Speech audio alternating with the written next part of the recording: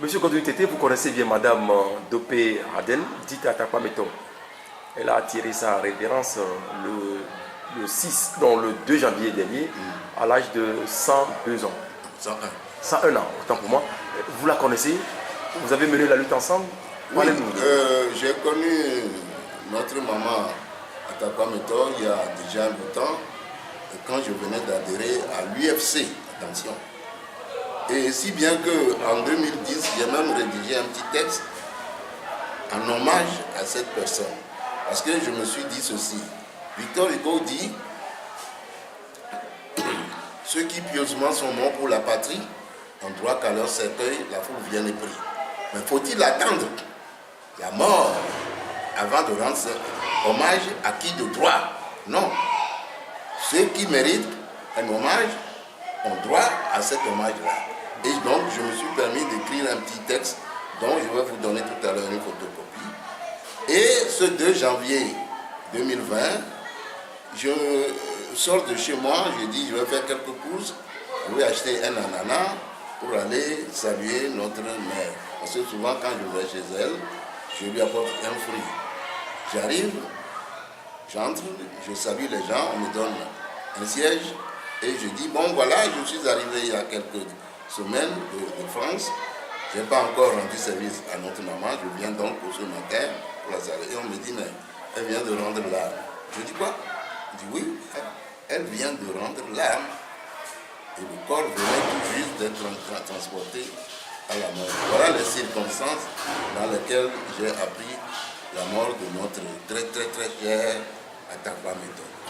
Cette dame incarne toutes les dames togolaises, toutes les femmes togolaises, toutes les femmes combattantes togolaises, compte tenu tout simplement du combat qu'elle a mené depuis sa tendre enfance jusqu'à 101 ans.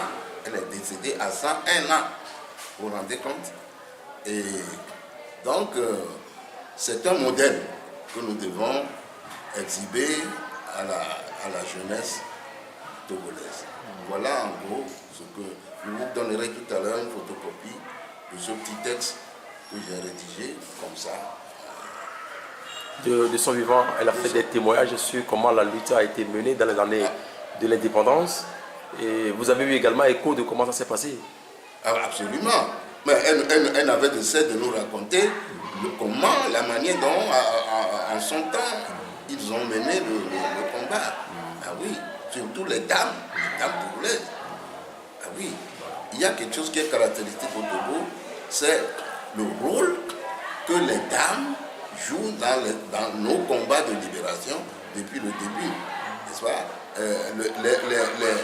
Les 25, 26 et 27 janvier 1933, c'est les femmes togolaises qui étaient les premières à se révolter ici contre la colonisation française, et on a appelé ça la révolte des femmes loméennes. C'est ça. Qu'est-ce qui vous a marqué plus de cette dame, sur cette dame? Ben, c'est sa détermination. Et quand vous allez à un meeting, à une manifestation, c'est elle qui est la première à entamer une chanson, à se mettre à danser pour vous galvaniser, pour vous entraîner, n'est-ce pas? Et c'est ça. Cette détermination, ce courage, cette infatigabilité, si je puis m'exprimer ainsi, et c'est ça qui est. Et cette longévité. Cette longévité, longévité dans le combat, je veux dire, bien entendu. C'est ça qui est marquant, qui est inoubliable. Monsieur Godwin Tété, merci beaucoup à vous. C'est moi qui vous remercie. Merci.